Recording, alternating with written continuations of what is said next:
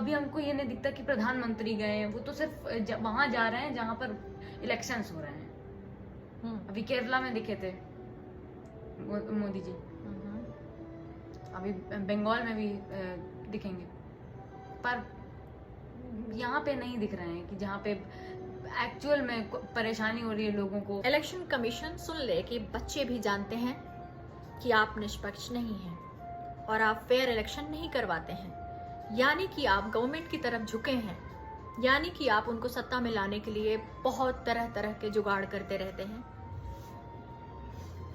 Hello hello, हाय, hello, कैसी हैं आप? मैं ठीक हूँ। हम अब गडलॉजिक्स कार्यक्रम में बात करेंगे। गडलॉजिक्स हमारे साथ हमारी युवा साथी हैं और हमेशा की तरह मैं उनका चेहरा नहीं दिखाऊंगी, वो मुझे बताएंगी कुछ अपने सप्ताह भर की पढ़ाई लिखाई के बारे में कि उन्होंने क्या पढ़ा, क्या मुझे, और उनकी अपनी क्या अप्रोच है तमाम सारे सामाजिक हालातों को और राजनीतिक हालातों को देखते हुए। उनकी अपनी एक अप्रोच है, उनकी अपनी एक ओपिनियन है, जिसे सुनना मुझे अच्छा लगता है, इसलिए क्योंकि युवाओं की आवाज़ सुनना बहुत ज़रूरी है। तो कैसे हैं आप? मैं ठीक हूँ। आप ठीक हैं? हमारे करीब आइए, थोड़ा और पास आइए। Okay fine. तो बताइए क्या पढ़ा आपने? जी, मैंने डिस्कवरी ऑफ इंडिया का 3rd चैप्टर पढ़ा, द क्वेस्ट। ओके। मुझे पहले एक घटना का जिक्र करना है। लगभग 2 साल पहले मेरे स्कूल में एक टीचर थी, उन्होंने मुझे बताया था कि जो हम लोग हिस्ट्री पढ़ते हैं वो ब्रिटिशर्स के पर्सपेक्टिव से पढ़ते हैं। जब ब्रिटिशर्स यहाँ पे थे तो उन्होंने हिस्ट्री लिखी और उसको एक तरीके से लिखा, अपने नज़रिए से लिखा। तो वो कहना चाहती थी कि अभी भी जो हम लोग हिस्ट्री पढ़ते हैं वो ज़्यादातर ब्रिटिशर्स के ही पर्सपेक्टिव से पढ़ते हैं। मुझे ये कॉन्ट्राडिक्टरी लगा। मैंने उनसे क्वेश्चन पूछा कि इंडियन आर्कियोलॉजिस्ट भी तो थे, तो उन्होंने बोला कि नहीं, ये जो अभी हम लोगों ने अडॉप्ट किया वो ज़्यादातर उन्हीं लोगों से लिया गया था। तो मैंने फिर डिस्कवरी ऑफ इंडिया का जिक्र किया, तो उन्होंने बोला डिस्कवरी ऑफ इंडिया, तो उन्होंने बोला कि पंडित नेहरू जो थे वो इंग्लैंड में पढ़े थे, पहले हैरो में, उसके बाद फिर कैम्ब्रिज में। तो उन्होंने बोला कि वो तो इंग्लैंड से पढ़े थे, तो उनका भी जो पर्सपेक्टिव है वो वहीं का होगा, ब्रिटिश का। तो मैंने अभी जब मैं पढ़ रही थी तो मैंने देखा कि वो ये कहते हैं कि वो इंडिया को ऐसे अप्रोच कर रहे हैं एज एन एलियन क्रिटिक, मतलब वो फ्रेंडली वेस्टर्नर के हिसाब से, मतलब कि उसको अप्रोच कर रहे हैं इंडिया के पास्ट को। ओके। तो मैंने सोचा कि अगर उन्होंने लिखा है कि वो एलियन क्रिटिक की नज़रिए से इंडिया को देख रहे हैं, तो फिर वो ऐसा कैसे हो सकता है कि वो ब्रिटिशर के पर्सपेक्टिव से देख रहे होंगे, ब्रिटिश पर्सपेक्टिव। ओके, कोई बात नहीं, इस पर हम बाद में बात कर लेंगे। विवाद और वाद विवाद ये बहुत ज़रूरी होता है। बहुत सारे लोगों का ये अप्रोच रहता है, ये सोच रहती है कि इतिहास किसी का नज़रिया होता है। इतिहास उनका नज़रिया हो सकता है जो समाज में कोई एजेंडा चलाना चाहते हो, पर असल में जो है इतिहास, ये भी एक साइंस की तरह है, ये बिना प्रमाणों के नहीं लिखा जाता। बहुत सारी चीज़ें कलेक्ट की जाती हैं, बहुत सारे प्रमाण इकट्ठे किए जाते हैं। जैसे लेबोरेटरी में आप बार बार ऑब्जर्वेशन करते हैं, बार बार वही रिजल्ट आए तो माना जाता है कि हाँ ये परिणाम सही आ रहा है। उस पर बाद में बात होगी। और बताइए, आपने अखबार पढ़ा? अखबार पढ़ा। आपने क्या पढ़ा अखबार में? अखबार में पहली न्यूज़ तो यही थी कि नासा और चाइना के बीच में ये चल रहा है कि कौन पहले जाएगा, मतलब वो स्पेस मिशन है, तो मून का स्पेस मिशन है, तो उस पे एक कैनेडियन है और 3 यूएस के हैं। तो नासा ने तो भेजा है और चाइना का अब ज़्यादातर मेंशन नहीं है उसमें कि क्या है, कहाँ तक प्रोग्रेस है, कुछ ऐसा बताया नहीं, पर नासा का दिया हुआ है। चाइना का थोड़ा सा। किताब में क्या पढ़ा आपने? अभी आप डिस्कवरी ऑफ इंडिया पढ़ रही हैं, तो कितने पेजेस पढ़ लिए? लगभग मैंने 45 पेज पढ़ लिए हैं। ओके 45 पेज तो किताब तो बहुत मोटी है। आप मतलब कितने दिनों में पढ़ेंगी? आपका क्या प्लान है? कितने दिन में, एक दिन में कितने पेजेस पढ़ती हैं? 2 से 3, क्योंकि ये ऐसी है कि अगर आप एक लाइन पढ़ते हैं तो आपको नहीं अगर समझ में आता तो फिर से पढ़ना पड़ता है। थोड़ा कुछ तेज connect होता बोलिए। है, कुछ कनेक्ट होता है तो फिर आपको फिर से पढ़ना पड़ता है, इसीलिए। बिल्कुल, किताब पढ़ने का तरीका सबका अलग अलग होता है, ठीक है। तो क्या पढ़ा आपने? मैंने ये पढ़ा कि कुछ क्लियर बताइए, कुछ जाने दीजिए आपके टीचर्स क्या कहते हैं, आप कौन सा विवाद में हैं, कौन से वो आप अपनी ब्रेन को स्टॉर्म करते रहिए। मुझे ये अच्छा लगेगा। बट आप ये बताइए कि आपने जवाहरलाल नेहरू के बारे में क्या पढ़ा? आप कुछ बढ़िया चीज बताइए जवाहरलाल नेहरू के बारे में क्या पढ़ा, जिसको पढ़ करके आप बहुत इम्प्रेस हुई हो। जवाहरलाल नेहरू के बारे में मैंने ये पढ़ा कि वो जब इंडिया को देख रहे थे तो उन्होंने उसकी स्ट्रेंथ को देखा। स्ट्रेंथ? हाँ, स्ट्रेंथ मतलब?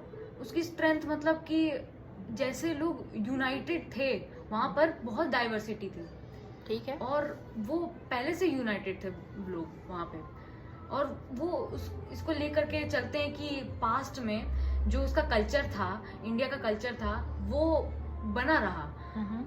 इंडिया में पर्शियंस आए, इजिप्शियंस आए, ठीक है। स्ट्रेंथ उन्होंने देख ली, स्ट्रेंथ देख ली। स्ट्रेंथ हाँ, मतलब पावर। हाँ, पावर का मतलब उन्होंने क्या देखा? एकता देखी। एकता देखी उन्होंने, ठीक है। उनका तो आज वो एकता है या नहीं है?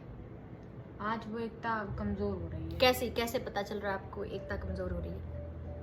हिंसा बढ़ रही है, लोगों के प्रति हीन भावना बढ़ रही है, इसीलिए मुझे लगता है कि खत्म हो रहा है ये सब। इतना निराश मत होइए, इतना परेशान मत होइए, ठीक है। भारत में विविधता हमेशा से रही है और विविधता में एकता रही है। लेकिन हाँ, ये ज़रूर है कि जब सरकारें कभी कभी अच्छी पॉलिसीज नहीं बना पाती या नहीं बनाती हैं, जानबूझ के उनका कुछ और उद्देश्य होता है, तो हाँ प्रॉब्लम्स आती हैं, ठीक है। उनकी पत्नी के बारे में क्या पढ़ा आपने? उनकी वाइफ मिसेस कमला नेहरू थी। वो मतलब कि उनका देहांत हो गया था 1936 में।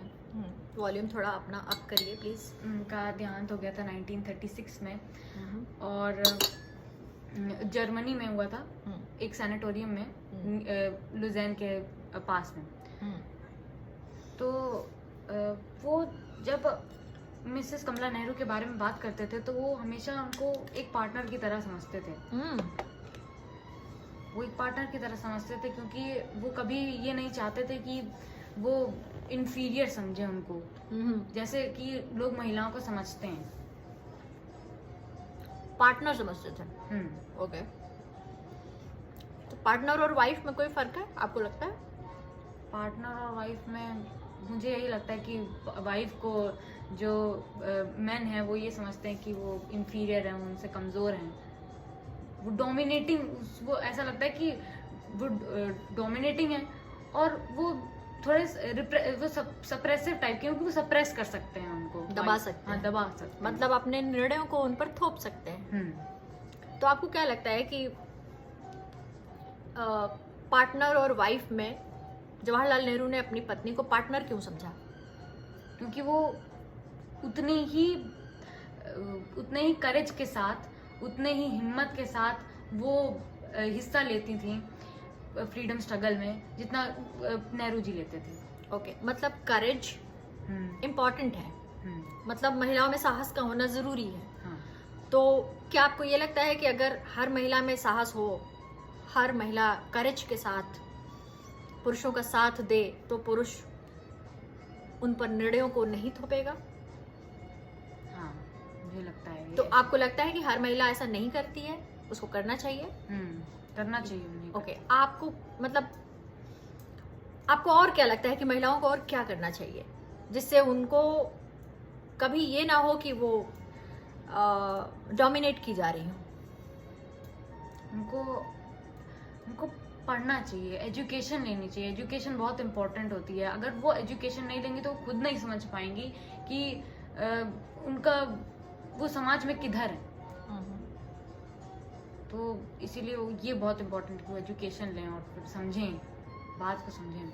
आज आपका फेवरेट लीडर कौन है आज के टाइम पे? आज के टाइम पे राहुल गांधी है। आपको राहुल गांधी पसंद है, और कोई पसंद है? प्रियंका गांधी भी। प्रियंका गांधी, मतलब महिलाओं में प्रियंका गांधी पसंद है और पुरुषों में राहुल गांधी पसंद है, और दोनों ही एक ही दल से हैं। हाँ। तो आपको क्या लगता है कि नेताओं की बहुत कमी है इस देश में? आपको दो ही नेता पसंद है? हाँ, कमी है, मतलब इतने अच्छे नहीं लगते बाकी, क्योंकि ये आवाज़ उठाते हैं, ये अलग सोचते हैं। और आपको बुरे नेता भी हैं आपकी पसंद में? कुछ मतलब ऐसे लोग हैं जिनको देख करके आपको अच्छी फीलिंग नहीं आती, ऐसे नेता भी हैं? अच्छी फीलिंग, हाँ। कौन? विभूषण शरण सिंह। अच्छा, ये कोई नेता है? नेता नहीं, मतलब ये नेता की कैटेगरी में ही नहीं है। पहली बात तो दे आर, मतलब उनके ऊपर बलात्कार का आरोप है, और आपको पता होगा कि बलात्कार का आरोप लगाने वाली भी कोई सामान्य महिलाएं नहीं थी, रेसलर्स थे। तो महिलाओं की जो लड़ाई है आदमियों से, वो आसान है या बहुत कठिन है? कठिन है। क्यों? क्योंकि ज्यादातर महिलाएं साथ नहीं देंगी, क्योंकि वो तो समझती हैं कि महिलाओं के साथ देने का कोई मतलब नहीं है। अगर एक महिला किसी पुरुष से पीड़ित होती है, बलात्कार हो जाए, तो उसमें महिलाओं के सपोर्ट का क्या मतलब है? काम किसको करना चाहिए?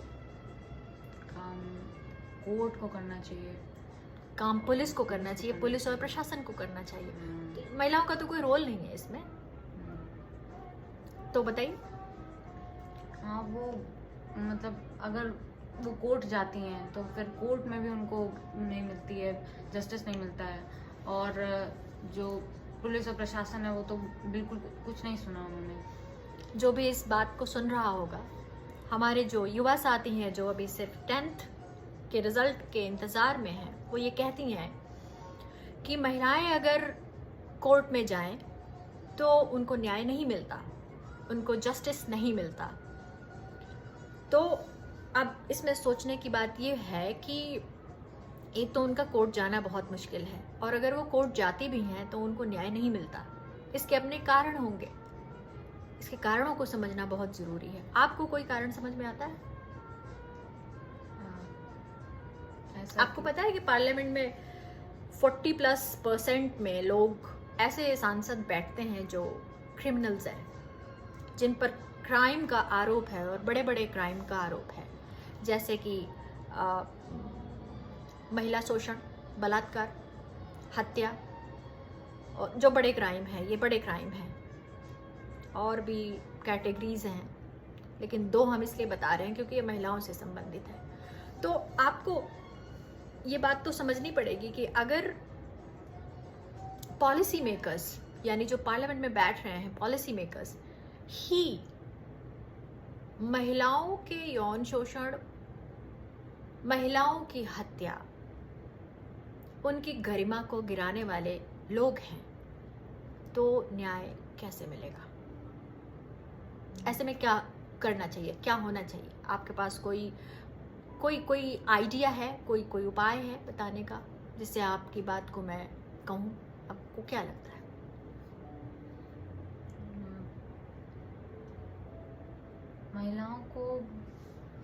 महिलाएं तो उसमें कुछ ऐसे कर नहीं सकती, क्योंकि अगर प्रशासन ही नहीं कर सकती है ना। एक बड़ा सिंपल सा उपाय है, वो ऐसे लोगों को वोट ना करें, ऐसे लोगों के साथ उठे बैठे नहीं, ऐसे लोगों को हटा दें, ऐसे लोगों को अपनी लिस्ट से हटा दें। आपने देखा होगा कि कुलदीप सिंह सेंगर का मामला था, तो एक महिला ही उनके सपोर्ट में निकल के आई थी।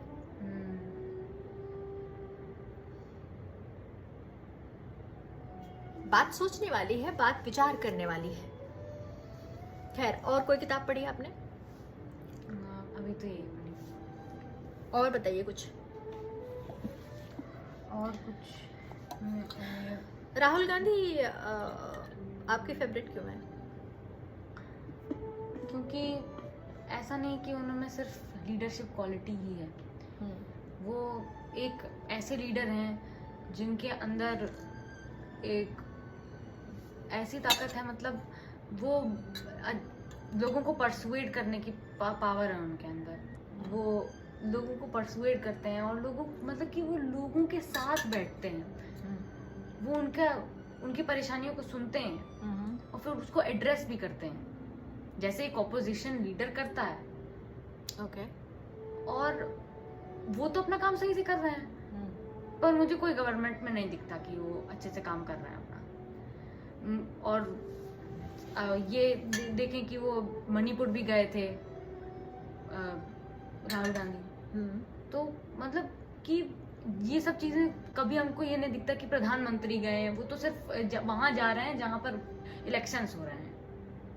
अभी केरला में दिखे थे मोदी जी, अभी बंगाल में भी दिखेंगे, पर यहाँ पे नहीं दिख रहे हैं कि जहाँ पे एक्चुअल में परेशानी हो रही है लोगों को, लोग दुखी हैं और मतलब कि सही नहीं चल रहा है वहाँ पे, तो वहाँ पे कोई दिखता नहीं है। आपको लगता है कि अगर प्रधानमंत्री मणिपुर जाते हैं तो असर पड़ता? असर पड़ता, लोगों को लगता कि उनको एड्रेस कर रहा है, यहाँ का प्रधानमंत्री आ रहा है, बातचीत कर रहा है हमसे, तो लोगों के अंदर ये आती भावना कि हाँ कुछ है हम लोगों के, उनको अपना सा लगता। हाँ, अपना सा लगता। अब चूंकि राहुल गांधी के पास सत्ता तो है नहीं, वो जाते हैं अपने स्तर पर उनकी हेल्प करते हैं, उनके पास मशीनरी तो नहीं है सरकार की, इसलिए वो पूरा काम नहीं कर पाते होंगे। तो आपको नहीं लगता है कि उनको सत्ता में लाना चाहिए, पूरे देश को मिल करके राहुल गांधी को सत्ता में लाना चाहिए, प्रधानमंत्री बनाना चाहिए? बनाना चाहिए तो और अगर सोचना चाहिए इस बारे में। कैसे सोचें लोग? कोई आइडिया है? आप एक युवा हैं, आपको अगर सोचना होता तो आप कैसे सोचती हैं?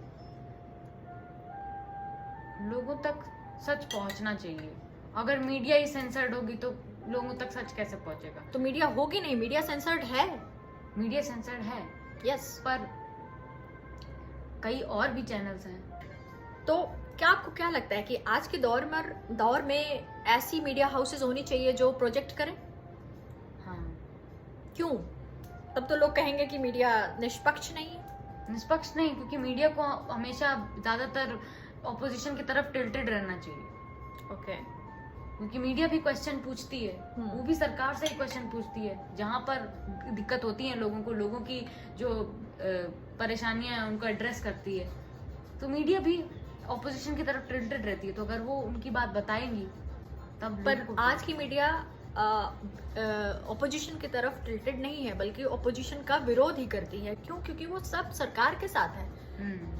चुनाव होते हैं, चुनाव आपको लगता है कि इलेक्शन कमीशन निष्पक्ष है? निष्पक्ष नहीं है। क्यों? आपको क्यों ऐसा लगता है? क्योंकि जो वहाँ पे इलेक्ट किए गए हैं, जो इलेक्शन कमिश्नर हैं, चीफ इलेक्शन कमिश्नर, वो फेयर मीन्स से इलेक्ट नहीं किए गए हैं। वो इलेक्शन कमीशन सुन ले, मेरा वीडियो तो बहुत दूर तक नहीं जाता, पर इलेक्शन कमीशन सुन ले कि बच्चे भी जानते हैं कि आप निष्पक्ष नहीं हैं और आप फेयर इलेक्शन नहीं करवाते हैं, यानी कि आप गवर्नमेंट की तरफ झुके हैं, यानी कि आप उनको सत्ता में लाने के लिए बहुत तरह तरह के जुगाड़ करते रहते हैं। सबको पता है, बच्चा बच्चा जानता है कि इलेक्शन कमीशन निष्पक्ष नहीं है। नमस्ते, आपने अच्छी बात की, मुझे बहुत मज़ा आया, और आप ऐसे पढ़ती रहिए और बेहतर पढ़ेंगी तो आपको और ज़्यादा जानकारी मिलेगी अपने देश, अपने राजनीति, अपने सामाजिक परिवेश को समझना एक युवा के लिए बहुत ज़रूरी है, ना कि टीका चंदन चोटी लगाकर आरती उतारना। ऐसा युवा देश के किसी काम का नहीं है। टाटा। मेरे साथ आप चाय पीजिए, मुझे अच्छा लगेगा। बाय।